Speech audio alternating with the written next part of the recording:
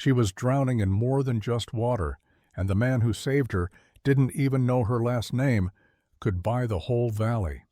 Before we dive in, hit that subscribe button and drop a comment. Where in the world are you watching from? The wind had a bite to it that didn't match the calendar. Spring wasn't supposed to feel like this. Sharp and sudden, like the sky had a grudge.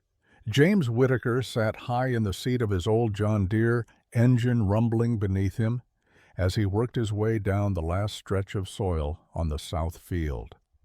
He didn't trust forecasts, not really.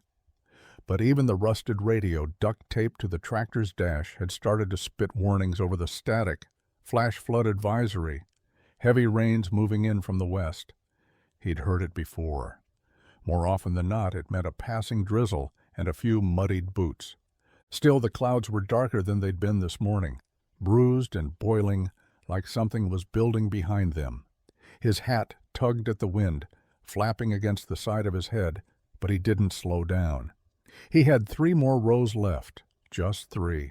The kind of rows that didn't look like much to someone with a checkbook for hands, but to James, they were his line in the sand. His father's ashes were buried under the sycamore tree beyond this field. He wasn't about to let that soil go untended. Not now, not ever. Mud clung to the tractor's tires like it had something to prove. With each pass, the scent of wet earth rose thick around him, rich, honest, unforgiving. The kind of smell city folk bottled into candles and sold for $20 a pop. But here, it was real, tangible. It meant something. James leaned forward, squinting at the horizon. The first raindrops smacked against his windshield like impatient fingers. 1, 2. Then all at once a curtain of water swept across the fields, swallowing the sky whole. Still, he didn't stop, not until lightning split the clouds above the ridge and thunder rolled in like Judgment Day. Only then did he ease off the throttle, not because he was afraid, but because the soil had begun to slosh under the wheels. Even stubbornness had its limits. He turned the tractor toward the barn, wiping the water from his brow. That's when he heard it. A voice, distant, panicked, rising over the storm's roar. Someone was out there. The scream didn't sound human at first, just another cry in the storm, like the wind itself was breaking apart. James squinted into the downpour, heart kicking into a rhythm faster than the tractor's old engine ever managed. He killed the ignition and jumped down, boots hitting the soaked earth with a splash that swallowed the sound of his landing. The rain was coming sideways now, lashing across his face, blurring everything into gray and shadow. Then he saw her, a figure near the edge of the lower pasture, where the creek had turned violent. It was no longer a gentle trickle winding through wild grass. It was a churning beast, overflowing its banks, ripping through barbed wire and fence posts like paper straws. And there, half submerged, was a woman. Her hands clung to the splintered edge of a fence post, knuckles white against the brown surge of water. Her hair was plastered across her face, dark as the storm above, and her body shook with every wave that crashed into her. James didn't hesitate. He tore across the field, knees nearly buckling in the mud. The current had swallowed the back pasture entirely. If she slipped, she'd be gone in seconds. The land he'd walked his whole life suddenly felt like foreign terrain, unpredictable, dangerous, unfamiliar. "Hold on!" he yelled, voice hoarse over the roar of wind and water. She didn't answer, but her eyes locked on his, a flicker of raw fear and desperate hope. Her grip slipped once, and James nearly dove right then, boots be damned. But she caught herself, struggling to keep her head above the water. James reached the edge, bracing himself against a downed limb for balance, one hand outstretched. "Take it!" he shouted. She hesitated, not out of fear, but exhaustion. She looked like she'd already been fighting for too long, but somehow she reached, fingers brushed, gripped, held. With a growl of effort, James hauled her toward him, legs digging into the mud for traction, his shoulders screaming as he pulled, and then she collapsed into him, soaked and shivering, but alive. Neither of them spoke. The storm kept raging, but between their gasps for air and the pounding of the rain, something quieter passed between them, something that didn't need words. She was shaking so hard her teeth clicked, not the polite kind of shiver that fades once you're dry, but the deep, bone-deep kind, the kind that came from fear, from cold, from holding on too long. James didn't say anything. He just peeled off his thick canvas coat, still dripping at the hem, and wrapped it around her shoulders without ceremony. It swallowed her whole. She didn't thank him, maybe because her lips were too blue to form words. They trudged back to the tractor in silence, the storm still spitting rain in wild fits. She stumbled once, and James caught her elbow, steadying her with hands that had set fence posts, rebuilt engines, buried his father. She didn't pull away. The tractor cab was barely big enough for one, but she folded in beside him, legs trembling and soaked boots squelching. He reached for the old wool blanket he kept behind the seat and draped it over her knees. The engine groaned as it came to life, and the heater coughed up weak warmth like a tired old dog trying to help. The drive to the farmhouse was slow, careful. Water pooled in every ditch, and tree limbs littered the dirt road like fallen bones. James kept one hand on the wheel, the other ready near her shoulder in case she started to slump. Every few seconds she let out a wet, rattling cough that made him glance her way. Her face was pale, more than just cold. Her eyes fluttered, dazed. Whoever she was, she didn't belong out here, not in a storm like this. "You got a name?" he asked, just loud enough to be heard. She blinked slowly, then cleared her throat. "Elena," she rasped. He nodded once, didn't ask for more. By the time they pulled up to the old white farmhouse, the rain had slowed to a drizzle. James cut the engine and looked over. She was staring out the windshield, like the world outside was something she didn't quite recognize. He helped her down, one arm around her back as she leaned against him. She didn't ask where they were, didn't seem to care. She just let herself be led, step by step, across the porch, through the front door, into the warmth. And James, still dripping, still muddy, still catching his breath, had no idea that the woman he just pulled from floodwater had once made the cover of Forbes. The storm hadn't passed. It had just quieted, like it was catching its breath before round two. Rain still hammered the tin roof in waves, and every so often a gust of wind would rattle the window panes like a warning. But inside the old farmhouse, the world had gone still. James knelt by the hearth, feeding split logs into the fire one at a time. The flames caught with a soft whoosh, orange light dancing across the wooden floorboards, and the edges of the flannel blanket cocooned around the stranger on his couch. She hadn't said much after they got inside, just coughed a few times, then let herself sink into the cushions like her body had nothing left to give. He'd given her dry clothes, an old hoodie of his and a pair of flannel pajama pants that had once belonged to his sister. She was drowning in the fabric, her frame small beneath the layers, but at least she wasn't shivering anymore. James stood, wiped his hands on his jeans, and glanced over at her. She was asleep, or something close to it. Her breathing had evened out, soft and shallow, her head resting on a throw pillow that looked older than both of them. Her dark hair was drying in messy strands across her cheek, and for a second, just a second, she looked like someone who had grown up here, like someone who belonged. He turned away before the thought could finish forming. Instead, he busied himself with quiet things, making tea he knew she wouldn't drink right away, picking up boots she'd left by the door, tossing her soaked coat over the back of a chair. The house smelled of wet wool and firewood now, with a faint trace of lavender from the drawer sachets his mother had insisted on years ago.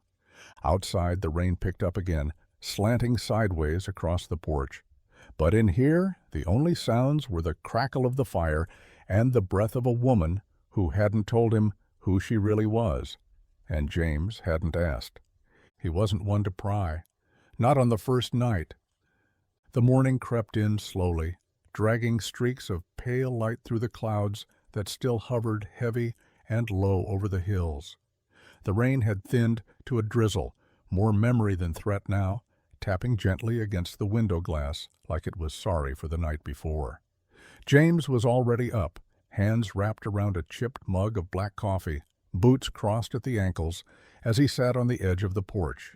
He didn't make a sound, just sipped, stared out at the fog that hugged the pasture, and listened to the house settle behind him. She appeared in the doorway not long after, barefoot, hoodie sleeves covering half her hands, and sleep still soft in her expression. Her hair was tangled, eyes shadowed, but alert. For a moment she just stood there, as if unsure if she should speak or stay invisible a little longer. "You sleep all right?" James asked, not turning his head. There was a pause.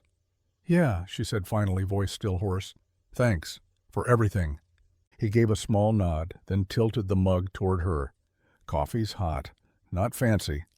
"I'll take it," she said, stepping barefoot onto the porch with a quiet wince at the cold boards. He handed her the spare mug without ceremony. They sat in silence for a while, the kind that didn't beg to be filled, just breath and coffee and a world still waking up. Eventually she spoke again, so softly he almost missed it. "Elena." James turned slightly, brow raised. "My name," she said, wrapping both hands around the mug. "Elena." She didn't offer a last name, no mention of who she was, where she came from, or why she'd been alone on a back road in a $1,000 coat with no umbrella. But the way she said it, the way she looked at him when she did, it didn't feel like omission, it felt like permission.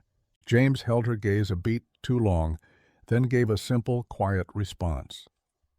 "James?" She smiled, a small curve that barely reached her eyes, but it was real. And for now, that was enough. The sun was trying its best to break through the overcast sky, spilling weak light across the wet fields like a half-hearted apology. Inside the farmhouse, the smell of something burnt was making a stubborn case for attention. James leaned against the counter, arms crossed, watching Elena wrestle with the toaster like it had personally insulted her. "I swear I set it to medium," she muttered, holding up 2 blackened slices of bread with a look of betrayal. James didn't say a word, just reached for the trash can, opened it with his boot, and let her drop the evidence inside. "It's harder than it looks," she said, trying not to sound defensive. "It's toast," James replied, deadpan, and then he smiled. The first real one in weeks. The kind that didn't just touch his mouth, but worked its way up into his eyes like something he hadn't felt in a long time had quietly stirred awake. Elena caught it, and for a moment her shoulders relaxed. She'd offered to help with breakfast, said she didn't like feeling useless. He'd handed her a spatula and let her at it, not expecting much. Now the eggs were borderline edible, the bacon somehow both underdone and overcooked, and the toast had died a quick, fiery death. Still, she had tried. In that expensive hoodie and borrowed flannel pants, barefoot and tousled, she looked more human than any photo of her ever had. James poured them both a second cup of coffee. "I'll handle breakfast tomorrow," he said, sliding a plate toward her. "Fair," she admitted, poking at her eggs. After breakfast, they stepped out onto the porch. The tow truck had arrived, the driver poking around the wrecks of her SUV. It looked even worse in daylight, mud-caked, dented, the engine compartment crumpled like paper. "She's done," the guy said. "This'll be a shop job for sure, if it's even worth saving."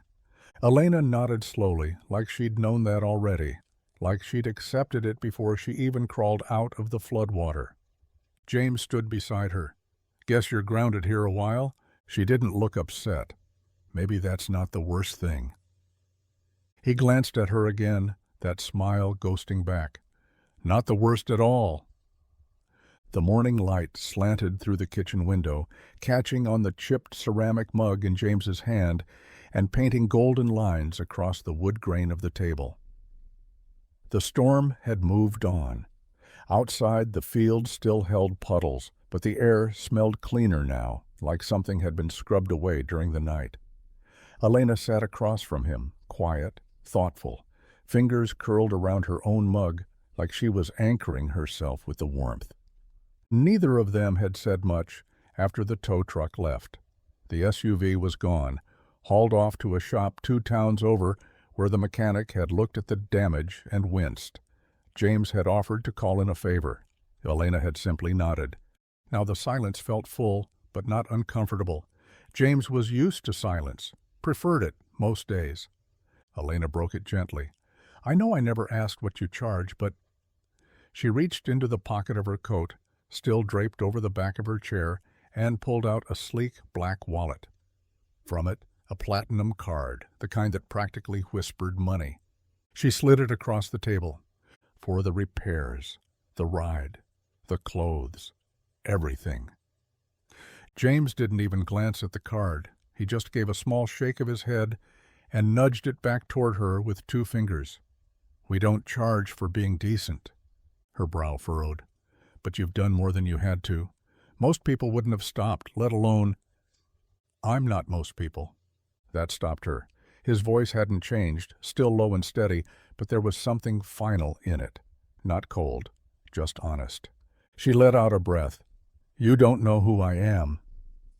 He leaned back slightly. "Don't need to." She studied him, really studied him, like she was trying to figure out what made someone like that exist in a world like this.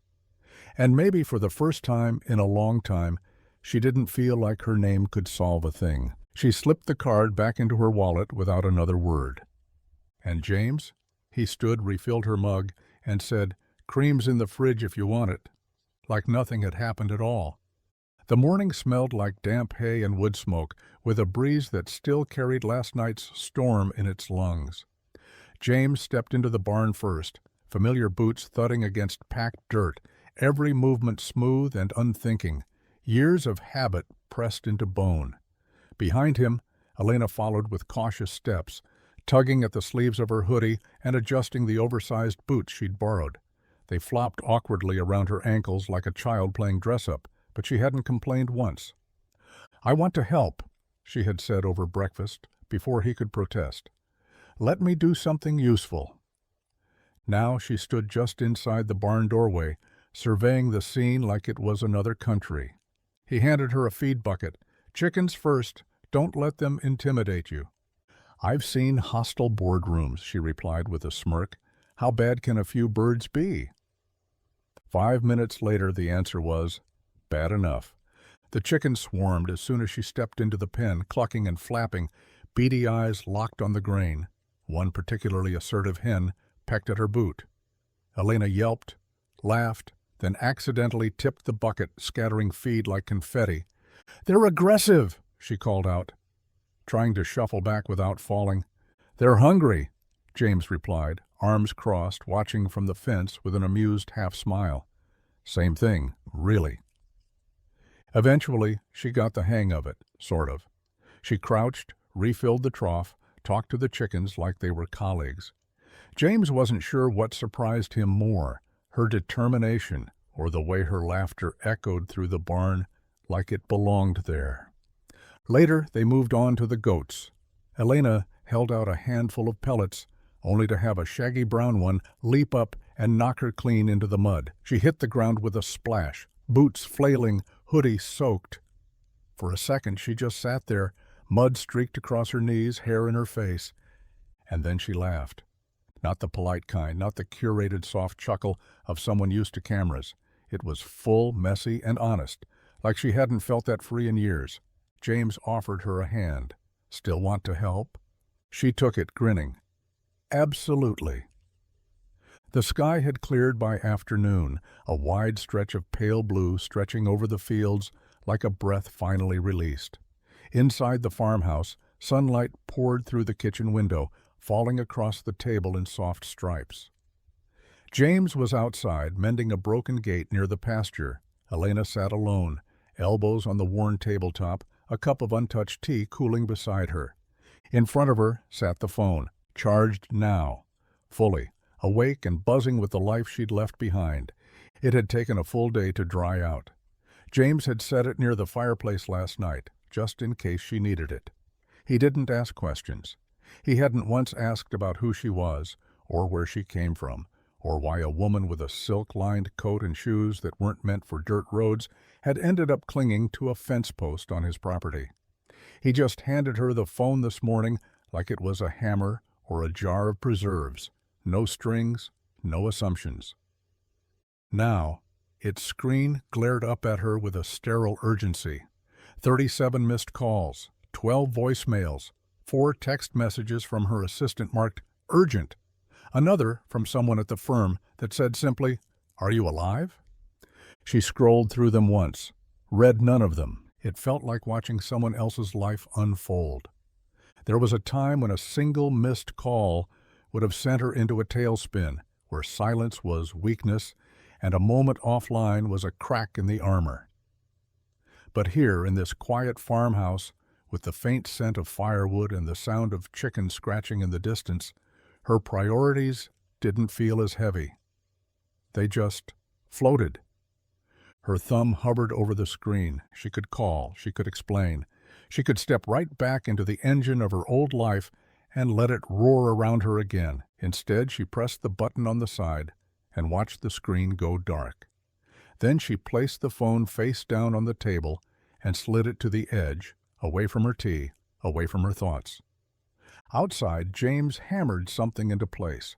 Inside, Elena let the silence hold. The evening had crept in slow and quiet, golden light stretching long across the fields as the sun dipped behind the western hills.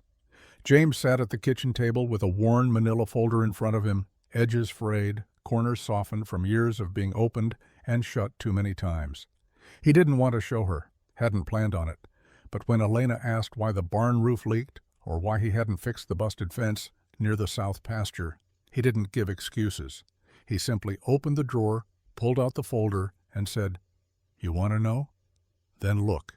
She sat down across from him, folding her hands in her lap like she was preparing for a briefing. But this wasn't a polished presentation. No sleek charts, no curated talking points, just paper after paper, stained, torn, smudged with ink and fingerprints and time. A letter from the bank, another one, red stamps, deadlines, auction warnings, past due notices on the grain supplier account. He didn't speak as she flipped through it all, just sat back in his chair, jaw tight, eyes watching the floor. "This place has been in my family for 3 generations," he said finally. "My dad kept it going after the droughts in the 70s. I took over after he passed. Thought I could hold it together." Elena looked up, her gaze softer now.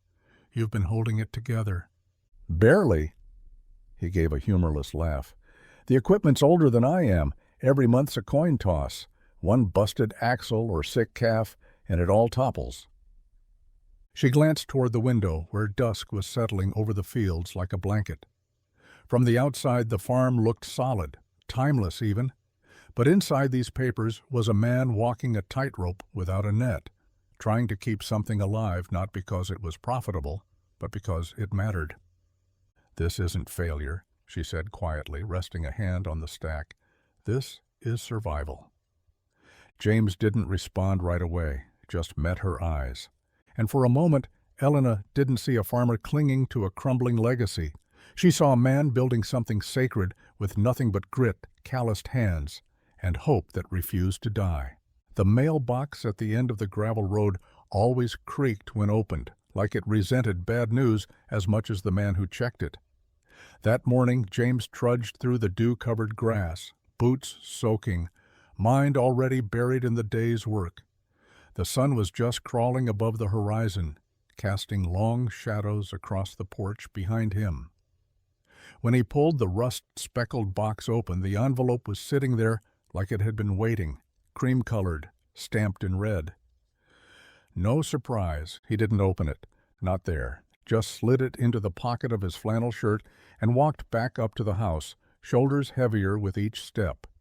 The coffee hadn't even brewed yet, and already the day had a weight he didn't have the strength to carry. Inside, he set the envelope on the kitchen counter. For a while it sat there untouched, like a guest no one wanted to acknowledge.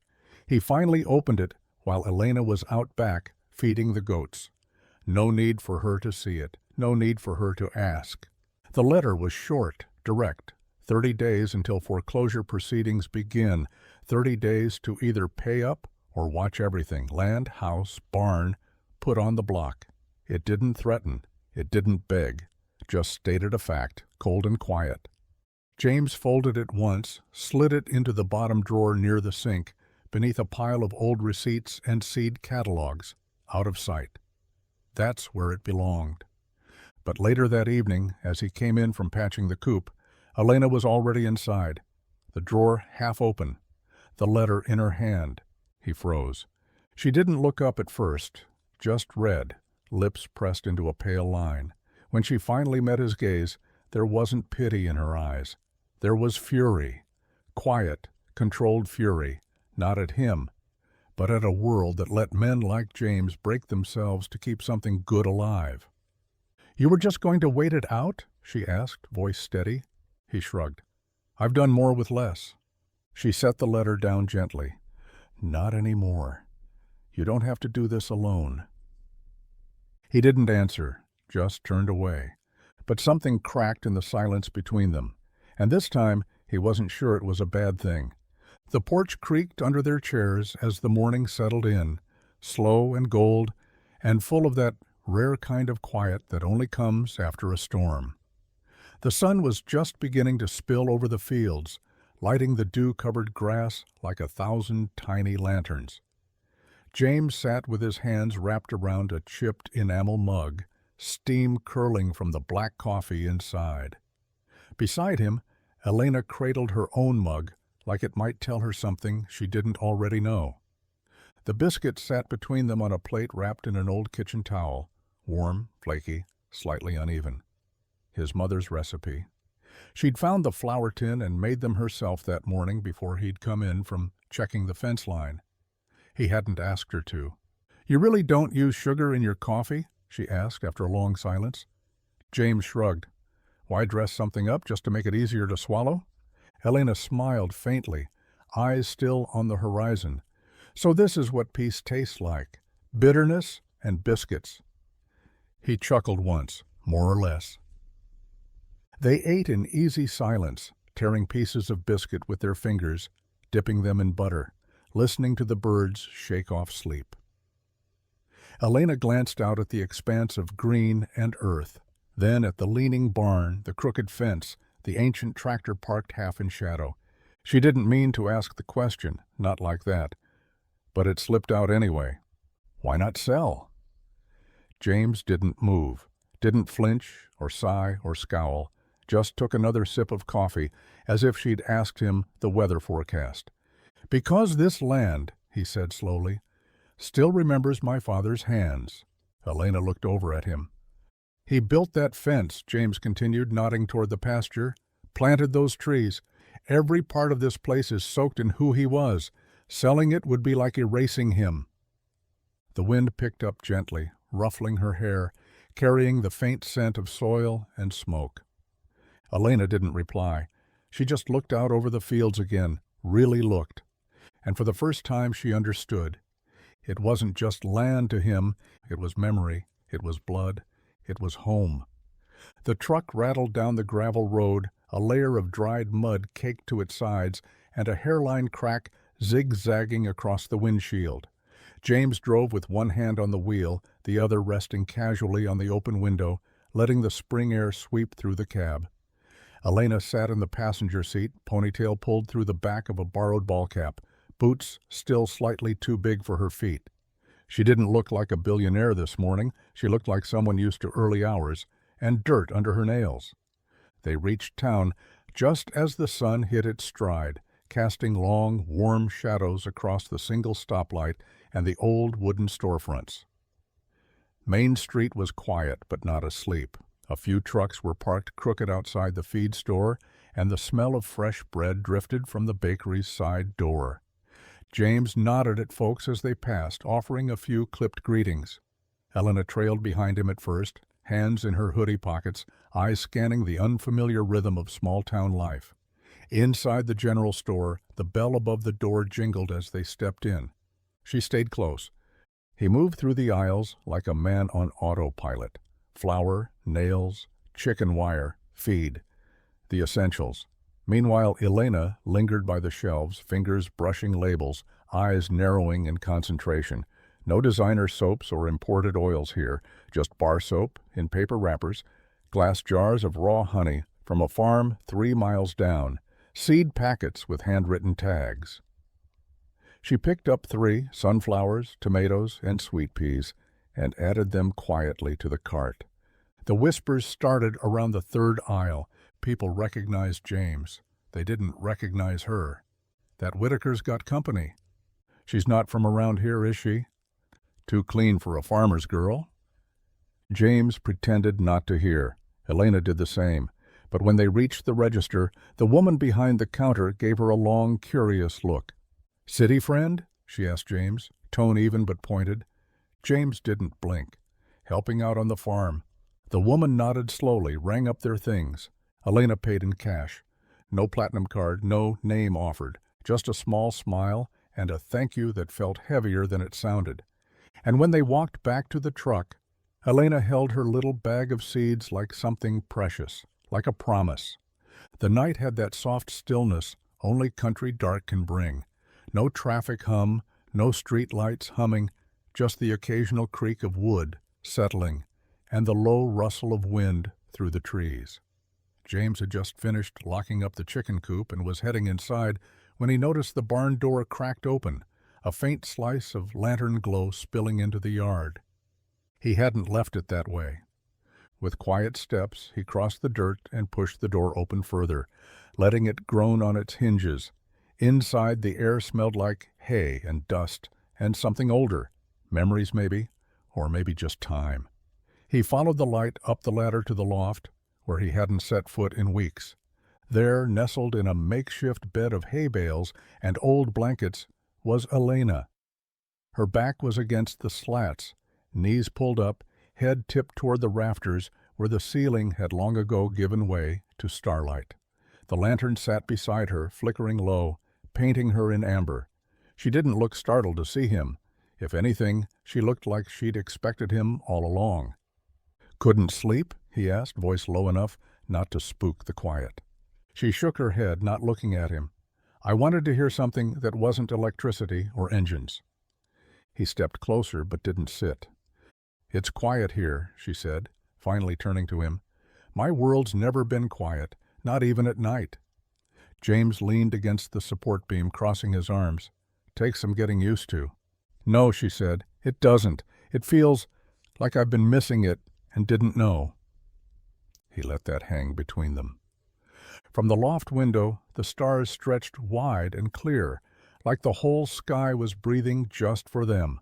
No noise, no timelines, no expectations. "I used to come up here as a kid," James said after a pause. "Fell asleep once trying to find the North Star. Woke up with a raccoon chewing my sock." She laughed, quiet and real. Then silence returned, but not the lonely kind, the good kind, the kind that says, "Stay as long as you need." The morning was uneventful in the way only small-town routines can be. James was sorting through spare parts in the workshop, Elena folding laundry on the porch swing with a precision that suggested she'd done this exact motion thousands of times, just never with her own hands. The sky was soft and gray, a break between storms, the kind of day that begged for nothing more than existing. Her bag was by the door, the one she never let far out of reach. A sleek, dark leather thing that didn't match the mud-caked boots she'd grown fond of. She'd left it unzipped this time, distracted by the sound of goats knocking over a water bucket. James passed through the porch without a glance, carrying a box of rusty bolts and trying to remember which ones still had threads worth saving, when a gust of wind flicked open the flap. A folded page fluttered to the floor. He bent to pick it up. It was printed glossy. A page from a magazine, one of those business publications his town didn't subscribe to. The woman on the page looked polished, sharp, dressed in navy and silk. Her name was bold across the top. Elena Whitmore, CEO of Whitmore Dynamics, the Billionaire building the future of mobility. The article's headline declared her a genius of innovation, the heiress to a global empire, a powerhouse in heels who had once turned down a buyout offer north of $8 billion. James stared at it for a beat too long. Then he folded the page in half, walked up the porch steps, and held it out. "You dropped this." Elena froze. Her hand still held a dish towel, halfway folded. She met his eyes slowly, like she was bracing for something she'd seen 100 times. Disbelief, awe, greed, maybe even distance. She opened her mouth to explain. James beat her to it. "I figured you had a story." That was all he said. Not a question, not an accusation, just a simple, steady truth. She looked down at the folded page. "I didn't mean to lie." "You didn't," he said. "You just didn't tell me everything." Her voice was smaller now. "You're not angry?" He shrugged. "Doesn't change the way you laugh at goats." And for the first time in a long time, she didn't feel like Elena Whitmore, the name. She just felt like Elena. And maybe that was all she'd ever wanted. They sat on the porch that night long after the dishes were done, after the animals were fed, and after the last of the sun had slipped below the ridge like it didn't want to hear what was coming. The cicadas buzzed in the fields. The stars blinked awake. James leaned back in his chair, boots crossed at the ankle, a mug of cooling coffee in his hand. Elena sat forward, elbows on her knees, fingers laced so tight her knuckles had gone pale. She hadn't said much since the magazine page. Not when he handed it back, not when he asked if she wanted help finishing dinner, not even when he poured her coffee like nothing had changed. But now, with the porch wrapped in that strange intimacy only dark can bring, she spoke. "My full name is Elena Whitmore." James didn't move. "I inherited Whitmore Dynamics when I was 27. My father passed unexpectedly. Heart failure. The board didn't want me, but I made them listen. I turned the company around in 2 years, took us global, put us ahead of every EV and battery tech firm in the country." She swallowed. "That's the part people know." James nodded slightly, just once. She looked down at her hands. "What they don't know is that I haven't slept through the night in 6 years, that I don't have a single friend who isn't paid to like me, that I built this perfect empire, this polished machine of efficiency and progress, and I feel like a ghost inside it." James took a quiet sip of coffee. "I wasn't going anywhere that morning," she continued. "Not a meeting, not a flight. I just drove, turned off my phone, kept going until the road narrowed and the GPS gave up. And when that flood hit, I was scared, but also weirdly calm, like maybe something bigger was finally calling time." She glanced at him then, eyes glossed but dry. "I wanted to be no one, just for a little while." James looked at her, steady as ever. "You don't have to be nobody to feel like somebody here." And in that silence, something heavier than truth settled between them. Acceptance. The calendar on the wall hadn't changed, but everything else had. The days moved quieter now, with a kind of pressure behind them, like the air itself knew what was coming. The farm looked the same, fences patched, animals fed, the porch swept clean each morning, but underneath it all, something was cracking. James felt it in his bones. The letter from the bank sat folded on his nightstand, a thin piece of paper that held more power than it had any right to. 1 week. 7 days until the auction, 7 days until the land his father bled for, the soil his mother planted by hand, the trees he watched grow tall from a swing on the old oak, wasn't theirs anymore. He didn't mention it, not to Elena, not to anyone. He just worked harder, rose earlier, skipped dinner more than once, fixed things that didn't need fixing, because it gave his hands something to do when his mind tried to spiral. Elena noticed. She saw the circles under his eyes, the way he stared out at the ridge a little too long, the quiet that had shifted from peaceful to heavy. She never asked him directly, not once. But on the 6th morning, just as the sun crested the barn roof, she stood by the fence line, holding 2 mugs of coffee, and said, "Let me help." James didn't look up from the trough he was scrubbing. With what? You know, with what? He dried his hands on a rag and finally met her eyes. "Not your problem." "That's where you're wrong, Elena. I don't care if you don't want charity. I'm not offering charity. I'm offering partnership." He shook his head. I won't be some billionaire's project." She stepped closer, voice softer now. "You're not a project, James. You're the first real thing I've touched in years. This place, this land, they matter. And if you think I'd stand here and let it all get taken because of pride, then you don't know me at all." The silence stretched between them, taut and raw. James looked away, but he didn't say no. The check was on the table between them, freshly torn from a leather-bound checkbook that looked wildly out of place against the chipped wood and faded placemats of James's kitchen. Elena had written it fast but carefully, her signature fluid and practiced, like she'd done it 1,000 times before. And maybe she had. The number was large. More than enough to pay off the debt, enough to patch the roof, replace the tractor, maybe even rebuild the barn with money left over to breathe. But James just stood there, arms crossed, jaw clenched. "Take it," she said, gently sliding it forward. "It doesn't have to mean anything. Just make the call, pay the bank, and keep what's yours." He didn't move. "James, I told you," he said, voice low but firm. "I'm not a man who gets saved by a blank check." Elena stepped closer, frustration flickering beneath her calm. "This isn't about pride. It's about survival." He met her eyes then, and for the first time there was something sharp in his. "No, it's about ownership, about dignity. You think throwing money at this land makes it yours? That I'd rather lose it to a bank than take your help? Maybe I would if this is what help looks like." "It's not about owning anything," she said, a little breathless. "It's about not letting it die. I don't want to buy it, James. I want to save it."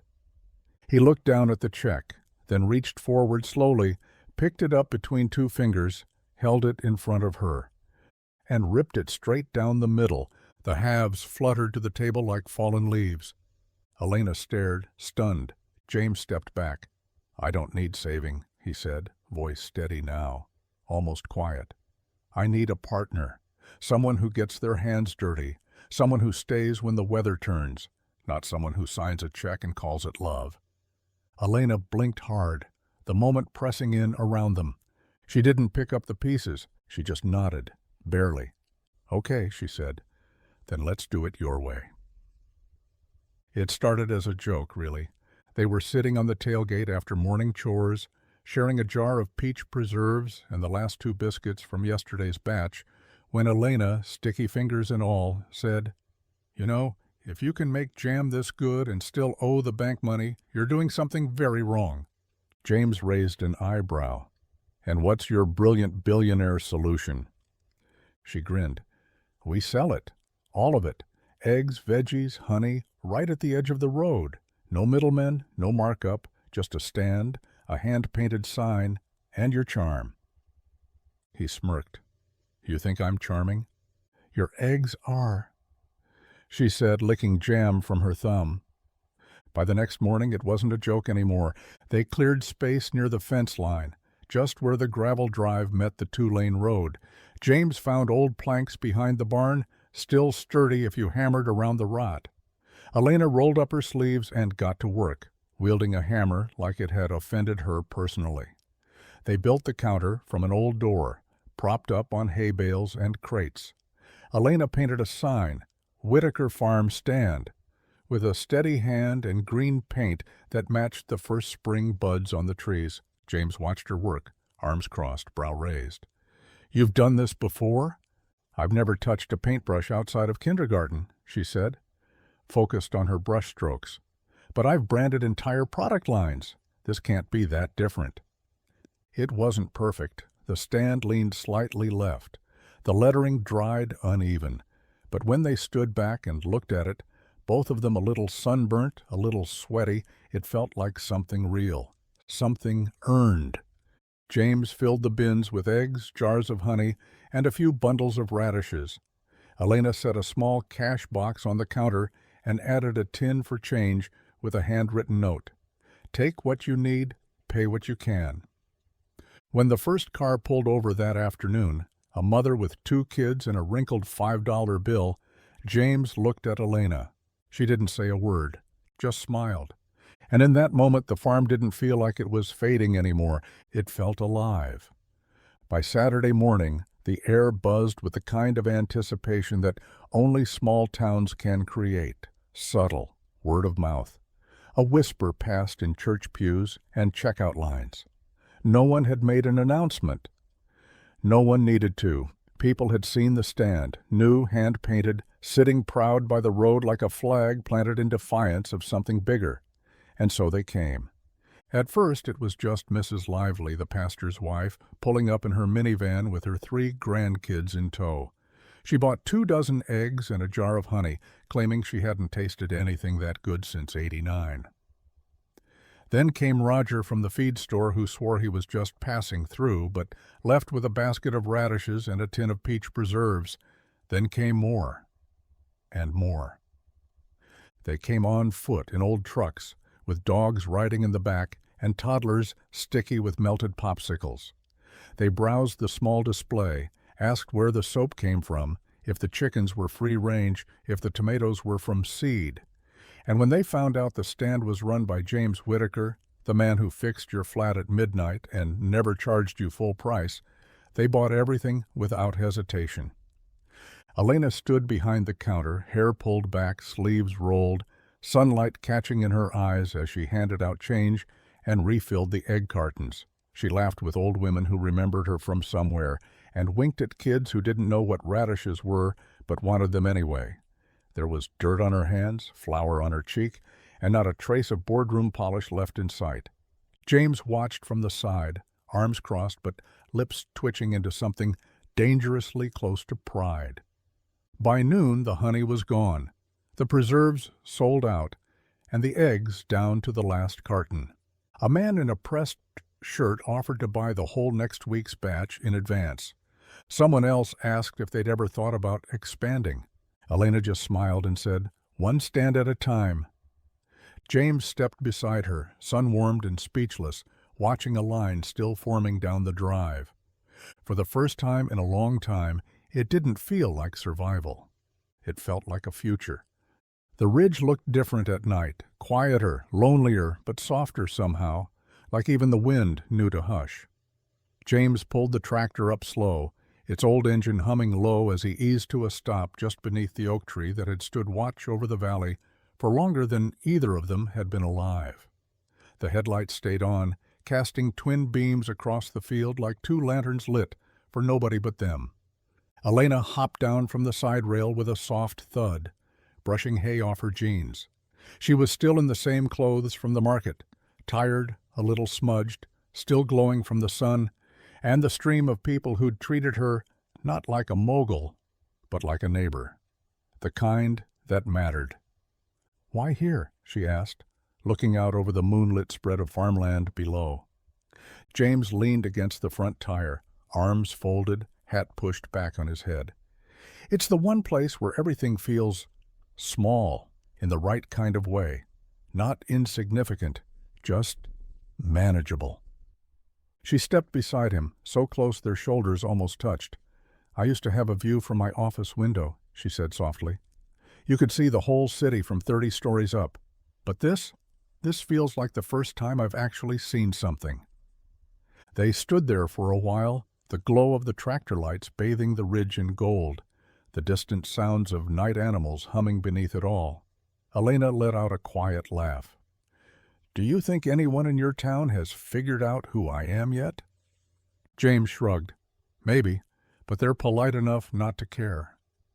She turned to face him then, and he could see it, all of it. The weight she'd been carrying, the freedom she was finding in the dirt, the question she wasn't asking out loud. He didn't move. So she did. She stepped forward gently, like testing a porch step that might creak, and placed her lips on his. No fanfare, no hesitation, just real and warm and honest. James didn't pull away.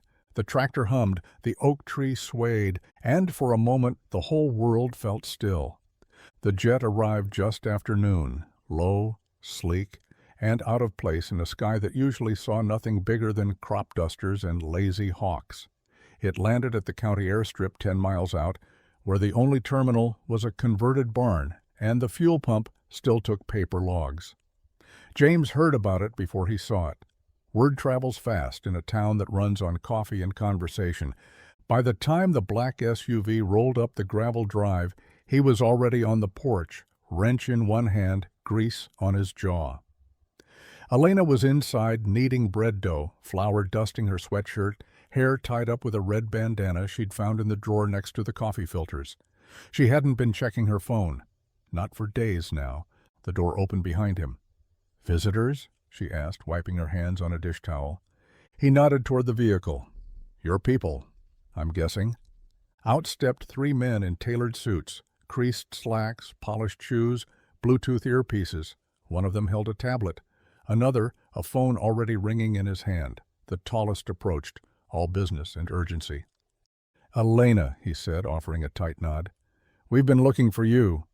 There's a crisis with the Q4 initiative, and the Tokyo partners are demanding a direct call. We've prepped the jet.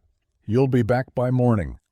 She didn't respond right away, just looked at them, then at James, then down at her hands, still dusted with flour. "I'm not getting on the plane." The man blinked. "Excuse me?" "I said I'm not going." Another suit stepped forward. "With respect, ma'am, this isn't optional. The board needs you in New York tonight." "I'm not in New York anymore," she said calmly. "And I'm not your ma'am." James didn't say a word, just watched from the porch, a ghost of something like awe flickering behind his steady gaze. One of the men gestured toward the road. "We can wait an hour if you need time."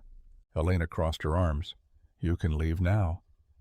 They stared, unsure, and then she turned back toward the house, back to the bread, back to the life she wasn't supposed to want, but suddenly couldn't imagine walking away from.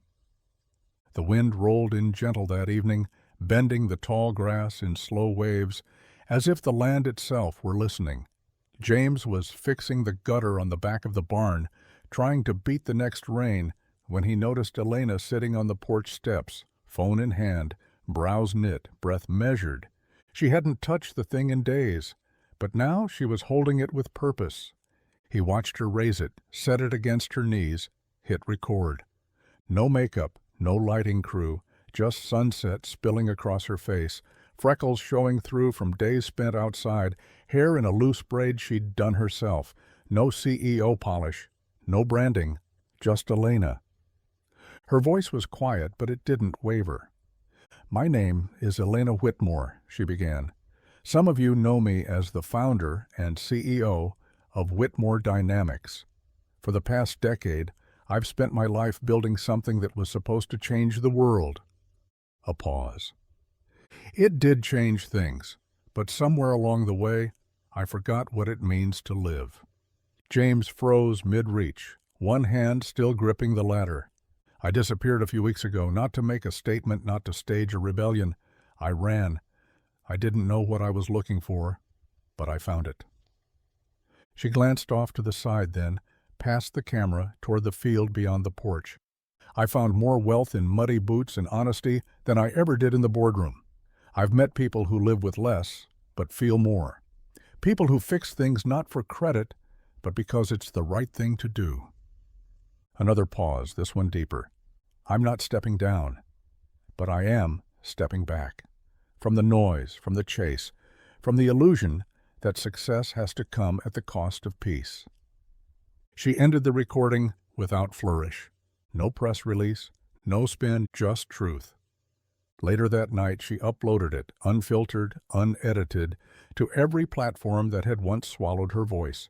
She didn't read the comments, didn't check the views. She just walked back to the barn where James was waiting and helped him hold the ladder steady. And for the first time in her life, Elena didn't care who watched, only who stayed. The kitchen table had never seen a business meeting like this. No glossy spreadsheets, no catered lunch, just two chipped mugs of coffee, a notebook with chicken scratches and seed stains, and a pencil chewed halfway down the barrel. James leaned over the pages, tapping a calloused finger against a hand-drawn diagram. Elena sat across from him in a flannel shirt 2 sizes too big, sleeves rolled to the elbows, eyes sharp but soft in a way that didn't belong to boardrooms anymore. So we start with 5 farms, she said, sketching a quick star beside each location on the map. Local, no more than a county away. Shared supply chain, pooled transportation, collective pricing. James nodded slowly. And no middlemen. Exactly. Everyone sells direct. Produce, dairy, preserves, eggs, all under one brand. He looked at her. What do we call it? She smiled, tilted her head. How about the Honest Harvest Co-op? James sat back. The name hung in the air like something that had always been there, just waiting to be spoken. And you're really going to fund this? He asked, not skeptical, just stunned. I already did, she said, sliding a folder across the table. Inside were contracts, seed money allocations, and a budget scrawled in her own handwriting. This isn't charity, James, it's a partnership. You give it the roots, I give it the wings. He opened the folder, flipping through the pages. Legal terms and timelines stared back at him, but none of it felt heavy. None of it felt like pressure, because it wasn't about saving one farm anymore. It was about building something new. He looked up at her, and for a moment, neither of them said a word. Outside, the wind lifted the curtain slightly. A chicken clucked somewhere in the yard. The smell of earth and coffee and possibility thickened the air. All right, James said, offering his hand across the table. Let's build it. Elena took his hand without hesitation, fingers clasped, plan in place. And just like that, the man who never asked for help and the woman who once had everything but peace were no longer trying to hold something together. They were building something better. The first tree went into the ground just after sunrise. James knelt in the soil, palms dirty, back stiff from the hours before, but a quiet contentment resting on his shoulders. Elena stood beside him with a sapling in her arms, bare branches, fragile and waiting, roots bound in burlap and hope. She handed it to him like something sacred, and he took it without a word. They didn't talk much that morning, didn't need to.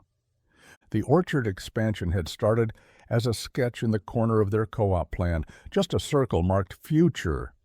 But when Elena saw the empty field behind the barn, her eyes had lit up. Why not now, she had said, hands already on her hips, daring the earth to argue.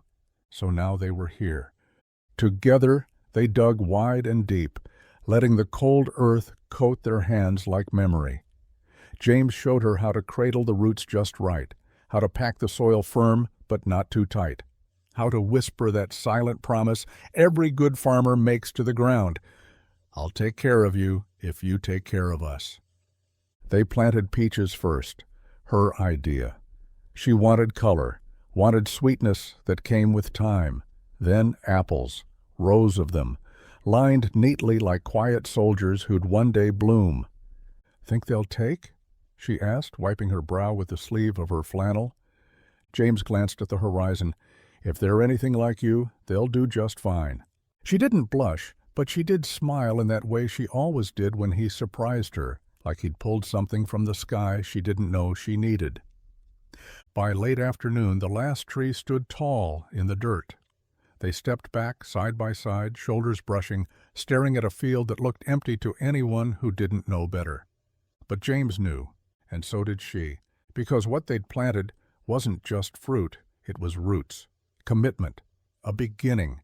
Years from now, someone else would bite into the sweetness of it all, never knowing who put it there. But they would. They always would. The town square was dressed in autumn, the kind of crisp, warm beauty that made the whole world feel like a postcard. Booths lined the sidewalks, kids ran past with caramel apples and sticky fingers, and a bluegrass band played under the old gazebo with more soul than skill.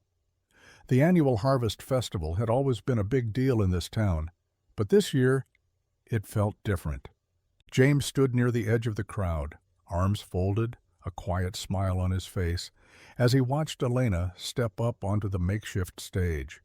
She wore jeans and boots caked with orchard dust, her flannel sleeves rolled up, hair tied back in a no-nonsense braid. No one saw a billionaire. They saw someone who'd helped dig fence posts, carry crates, laugh in the rain, cry when the first tree took root. The mayor handed her the microphone with a grin. "You've earned the last word, Miss Whitmore." She took it, held it for a moment, then glanced out over the sea of faces, some familiar, some still new, all watching. "When I came here," she began, voice strong but steady, "I didn't mean to stay." The crowd quieted. "I was running from a life that looked perfect on paper but never felt like mine. I didn't come here to be seen. I didn't come here to change anything. But then—" She paused, eyes drifting to James, who met her gaze without flinching. "You changed me." She looked back at the crowd. "You welcomed a stranger. You taught me how to dig, how to fall in the mud, how to laugh without pretending. You didn't ask for credentials. You didn't care about my last name. You just let me show up as I was." A few heads nodded, soft murmurs rippling through the crowd. "And now," she said, her voice catching just slightly, "I'm not a stranger anymore. I'm one of you. And this place, these fields, this town, is home." The applause started small, then rolled into a wave. Not loud, not explosive, just honest. The kind that said, "You're right, you belong here." And for Elena, that meant more than any boardroom ever had. The orchard was quiet that evening, golden light slipping through the rows of young trees like it had been saving its warmth just for them. The peach saplings had taken to the soil better than anyone expected, already sprouting green at the edges, and the apple trees stood taller than they had just weeks before, as if they knew they were being watched. Elena walked between the rows in her usual way, slow and barefoot, basket on one arm, collecting wind-fallen apples not yet bruised. Her hair was down, wind-tossed, her smile soft, easy. She didn't notice James at first, standing under the tallest tree they'd planted together, hands tucked into his jeans pockets, something small, glinting in the fading light beside his boot. When she finally saw him, she paused, brow lifting in quiet curiosity. "You lost something?" she teased, stepping closer. "Found something," he said. She tilted her head. "Oh yeah? What?" He bent down, picked up the little wooden box resting in the grass. It was weathered and crooked, like it had spent its life in a drawer with old bolts and memories. Inside, nestled in a square of denim, sat a ring, rough, imperfect, shaped from tractor washers, a barn nail, and a whole lot of stubborn patience. It wasn't polished, it wasn't shiny. But it was his. And it was hers. "I can't give you a yacht," James said, stepping forward, voice low and sure, "or a penthouse, or a name that'll open any doors." Elena's eyes were glassy now, but she didn't speak. "But I can give you this land, these trees, my hands, my promise that every day I'll show up and love you like it's the only job that ever mattered." He opened the box. She didn't even look at the ring. She just looked at him. "Yes," she whispered. James slipped the ring onto her finger, crooked, homemade, perfect. The breeze stirred the trees. Somewhere a cricket chirped. The world kept moving. But in that little orchard, on that patch of earth they'd built from nothing but work and faith, time stood still, just long enough to let love take root. The news van pulled up just after lunch, kicking up a trail of dust behind it as it crawled down the long gravel drive like it wasn't sure it belonged. James spotted it first from the barn loft and muttered something under his breath as he climbed down. Elena was in the orchard, basket in one hand, pruning shears in the other, when she heard the engine hum. She didn't flinch. She just straightened, brushed a curl from her cheek, and started walking toward the house. The last time she'd seen this woman, a sharp-eyed reporter named Cassidy Lean, it had been in a Manhattan boardroom, cameras flashing, the air electric with scandal. "Elena Whitmore vanishes mid-quarter. Markets panic," the headline had screamed. Now Cassidy stood on the porch with a notepad in hand and a producer trailing behind her, holding a mic like it was fragile. "Elena," Cassidy said with a practiced smile, "I wasn't sure you'd want to talk." Elena handed her apple basket to James, who didn't say a word, just nodded once before disappearing back inside. I figured it was time, Elena said, voice even. You've got your story? Let's make sure it's the right one this time. They sat on the porch steps. No lights, no makeup. No press agent hovering just out of frame. Cassidy hit record. I ran, Elena said, staring past the reporter toward the tree line. Not from the company, not from responsibility, but from a life that felt like it belonged to everyone but me. Cassidy's pen paused. I landed here by accident, Elena continued. In the middle of a flood, on a piece of land I didn't recognize but somehow already missed, and there was a man who didn't ask my name, didn't care about it. He just handed me his coat. What made you stay? Cassidy asked quietly. Elena smiled. Because it's the first place I didn't feel like I had to earn my worth. I just had to show up, get muddy, and be decent. Cassidy nodded slowly, words failing for once.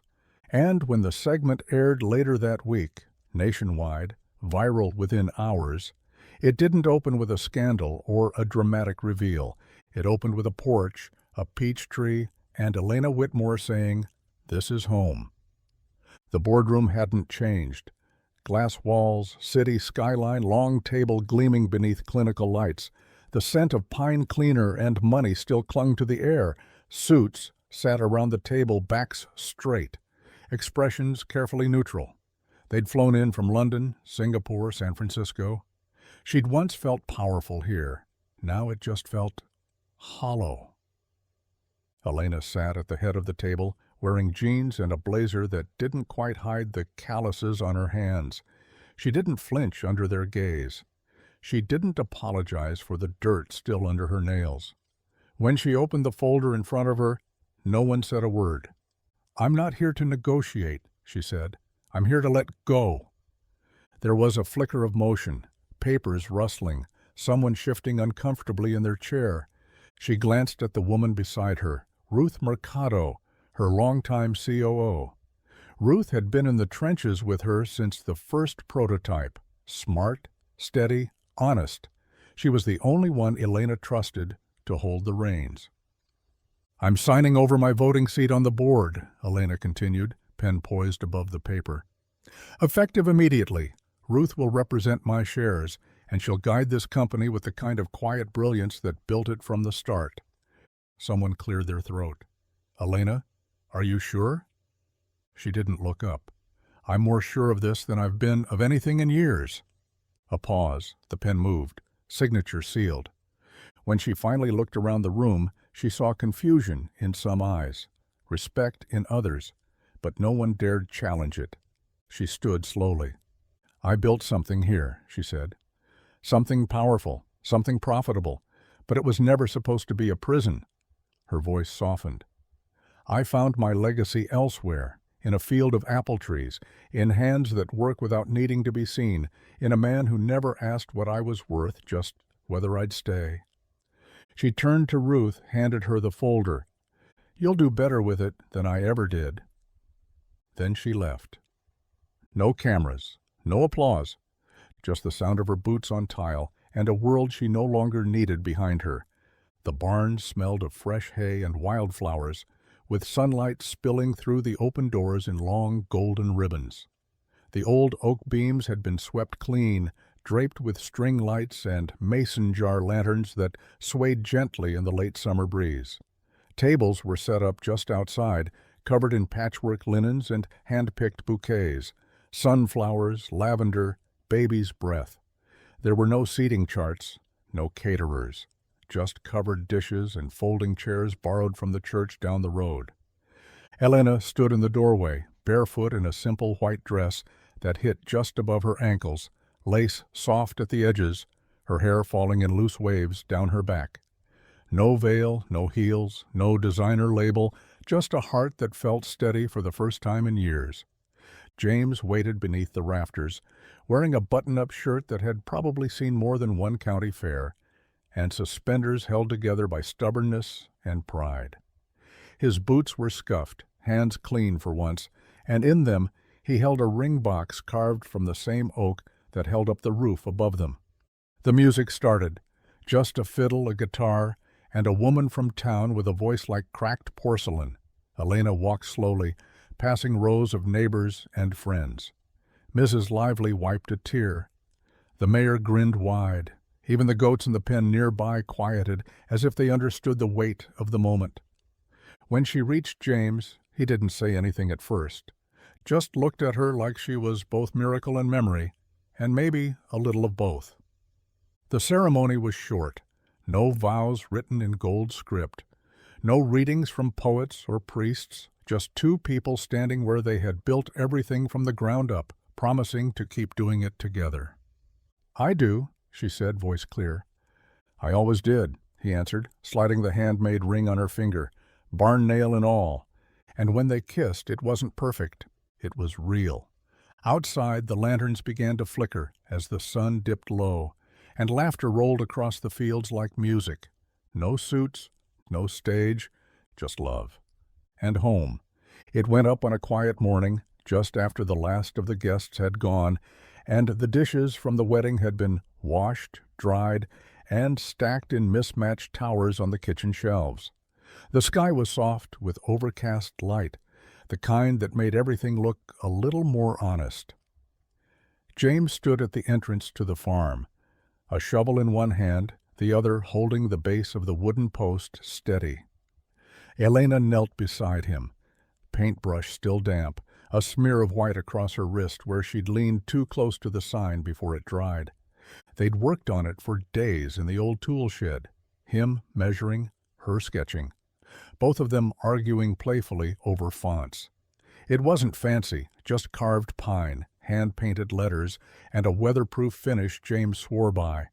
But when they hoisted it into place, something in the air shifted, like the land itself exhaled. Carter and Whitmore Homestead, built on shelter, grown with love. It wasn't about branding. It wasn't about making a statement to the world. It was a promise, to each other, to the land, to anyone who passed by and needed a place to believe in. Elena stepped back, squinting at the alignment. "It's a little crooked." James nodded. "Good. So are we." She smiled, slipping her arm around his waist. "Think anyone will know what it means?" "They will when they get here." And people did come, some for eggs, some for advice, some just to see the place the whole town had whispered about. The orchard grew taller. The farm stand needed a second shelf, and the porch always had an extra chair, but that sign stayed the same, unpolished, unassuming, unmissable, and every time they drove through the gate, James at the wheel, Elena beside him, dirt on their boots and laughter in the cab, it reminded them that some stories aren't written in boardrooms or headlines. They're carved by hand, nailed into the earth, and left to weather with grace. The orchard was in full bloom, rows of apple trees stretching wide with branches heavy in spring blossoms. The scent of fresh soil and wildflower honey lingered in the air, carried by the soft breeze that rustled the fence line, where a young girl stood, eyes wide with curiosity. She was maybe 9 or 10, with a braid down her back and a notebook clutched to her chest. Elena crouched beside a cluster of potted herbs near the stand, fingers brushing through mint leaves. When she noticed the girl watching, she smiled, wiping her hands on her apron, and walked over. "Can I help you?" Elena asked gently. The girl tilted her head. "Are you the lady who lives here?" "I am." The girl nodded, then flipped open her notebook. "I'm doing a school project. We're supposed to write about a place that feels like home." Elena leaned on the fence post beside her. "Good place to start." There was a pause, then a more curious question. "How did you meet your husband?" Elena looked out at the orchard, the rows she had helped plant, the farmhouse just visible beyond the hill, the man she loved, bent over a wheelbarrow, humming some old tune to himself as he worked. She smiled, eyes warm. "I found shelter from a storm," she said softly, "and never left." The girl blinked. "Was it a big storm?" "The biggest," Elena said with a soft laugh. "Not just outside, inside too." The girl scribbled in her notebook, nodding like she understood more than her years should allow. Elena didn't offer more. She didn't mention the flash flood, the broken-down car, or the past she'd walked away from. She didn't say the words CEO or Billionaire, those didn't belong here, not anymore. Instead, she knelt, picked a small blossom from a peach branch, and tucked it behind the girl's ear. "Tell your teacher this place wasn't built overnight," she said. "It was built slowly, by hand, with heart, and with someone who never once asked for anything but the truth." The girls smiled wide, and somewhere behind them, James called out, "Elena, you going to help me plant these or just flirt with our visitors?" She laughed, waved him off, and turned back to the girl. "Go write your story," she said. "Then come back and live one."